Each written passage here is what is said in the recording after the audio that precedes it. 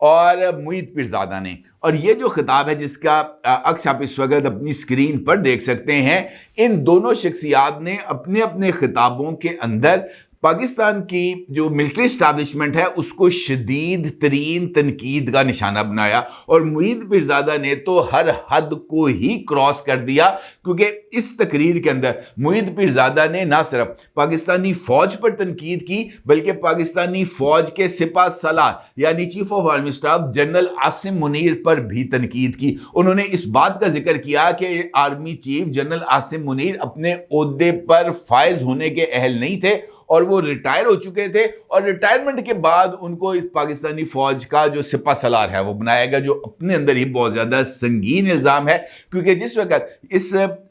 تقرری کی گئی تھی چیف آف آرمی اسٹاف کی، اس وقت chief of army staff general Asim Munir صاحب وہ جو 5 جنرلز کا پینل بھجوایا گیا تھا پاکستانی فوج کے اس وقت کے سربراہ جنرل قمر جاوید باجوہ کی طرف سے، اس میں جنرل عاصم منیر صاحب سینیورٹی لسٹ میں نمبر 1 پوزیشن پر تھے. اس کا مطلب یہ ہے کہ جو بندہ نمبر 1 پوزیشن پر موجود ہے سینیورٹی کی لسٹ میں وہ ریٹائر نہیں ہوا، اور چونکہ وہ ریٹائر نہیں ہوا تو وہ کسی بھی عہدے پر براجمان ہونے کا یا فائز ہونے کا مکمل طور پر حقدار تھا. لہٰذا یہ ایک حملہ ہے جو کہ معید پیرزادہ کی طرف سے کیا گیا پاکستانی فوج میں. دوسرا حملہ ان کی طرف سے یہ کیا گیا کہ انہوں نے پاکستان کی پارلیمان کی طرف سے چیف آف آرمی اسٹاف کے عہدے کی آئینی میعاد، قانونی میعاد جو کہ پہلے 3 سال تھی، اس کو بڑھا کر 5 سال کرنے کو بھی آرمی چیف کی طرف سے موجودہ حکومت کی آرم ٹوئسٹنگ سے تعبیر کیا، اور یہ کہا کہ آرمی چیف کو پلیز کرنے کے لیے یا آرمی چیف نے از خود اپنی مدت ملازمت میں اضافے کے لیے پاکستان کی پارلیمان اور پاکستان کی حکومت کو استعمال کیا، جس کی کسی بھی طور پر آئینی اور قانونی گنجائش موجود نہیں تھی. معید پیرزادہ یہاں پر نہیں رکے بلکہ انہوں نے اس سے آگے بڑھ کر پاکستان کے سپہ سالار کی ذہنی اور جسمانی استعداد کار پر بھی سوال اٹھایا، اور انہوں نے یہ ذکر کیا، ان الفاظ میں ذکر کیا کہ ہی از ناٹ مینٹلی فٹ. یہ الفاظ تھے معید پیرزادہ کے، جو کہ میرا خیال ہے کہ بہت زیادہ توہین امیز الفاظ ہے، اور ان الفاظ کو استعمال کرنے کا مقصد پاکستانی فوج کے رینکس اینڈ فائلز کے اندر جو تشویش کی لہر ہے وہ ابھارنا ہے، اور اس کے نتیجے میں ایک تقسیم کو کریٹ کرنا ہے تاکہ پاکستانی فوج کمزور ہو خدا نہ خواستہ، اور اس کے نتیجے میں پاکستان کے دشمن فائدہ اٹھا سکیں. لہٰذا میرا یہ ماننا ہے کہ اس وقت پاکستان تحریک انصاف جس مہم کو لے کے آگے چل رہی ہے وہ ایک فورن سپانسرڈ مہم ہے، جس کا ثبوت ہمیں خفیہ اداروں کی اس رپورٹ سے ملتا ہے جو کہ انہوں نے حکام کو جمع کرائی. اور حالیہ دنوں میں ڈپلومیٹک انکلیو میں جو متعدد سرگرمیاں کی گئی ہیں، جس میں خاص طور پر چن چن کے صحافیوں کو بلایا گیا اور ان کو مختلف ایوارڈز سے بھی نوازا گیا، اور خاص طور پر ان صحافیوں کو بلایا گیا یا ان یوٹیوبرز کو بلایا گیا جو اس وقت پاکستانی فوج پر شدید تنقید کرتے ہیں، پاکستان کی اسٹیبلشمنٹ پر تنقید کرتے ہیں اور پاکستان کی حکومت پر تنقید کرتے ہیں. ان کو خاص طور پر بلا کر خاص طور پر نوازنا اور ان کے اعزاز میں تقریبات کا انعقاد کرنا یہ بہت ہی زیادہ خطرناک اشارہ ہے. نہ صرف یہ بلکہ اس کے ساتھ ساتھ یہ جو خفیہ ادارہ ہے اس نے اپنی رپورٹ میں لکھا ہے کہ یہ جو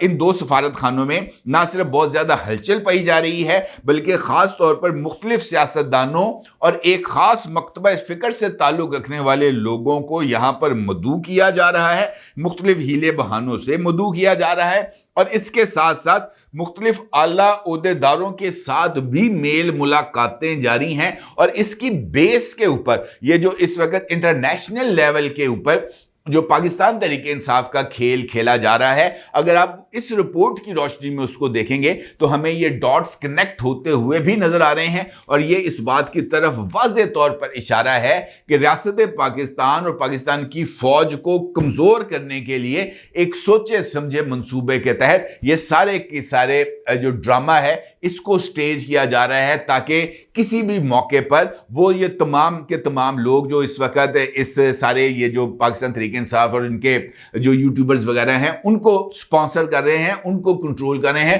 ان کے مفادات کو آگے بڑھایا جا سکے۔ اور اس وقت ریاست پاکستان میں ان تمام لوگوں کا اہم ترین مفاد محض یہ ہے، یہ جو انٹرنیشنل اسٹیبلشمنٹ تبدیلی آئی ہے اس میں ان تمام لوگوں کا محض جو 1 پوائنٹ ایجنڈا ہے وہ ہے اس خطے سے چین کی ڈومیننس کو ختم کرنا۔ اور یہ تمام لوگوں نے ماضی میں بھی چین کے ساتھ پاکستان کے تعلقات کو خراب کرنے کی کوشش کی ہے، اور اب بھی یہ تمام لوگ اسی ایجنڈے پر کاربند ہیں، اور امریکہ میں بیٹھ کر پاکستان کے خلاف جس طریقے سے یہ سازشیں کی جا رہی ہیں اس کے پس منظر میں بھی یہی ایک حقیقت کار فرما ہے، اس کے علاوہ کچھ بھی نہیں۔ اب جگہ ضرور اظہار کیجیے گا۔ آپ کا بہت شکریہ۔ اللہ حافظ۔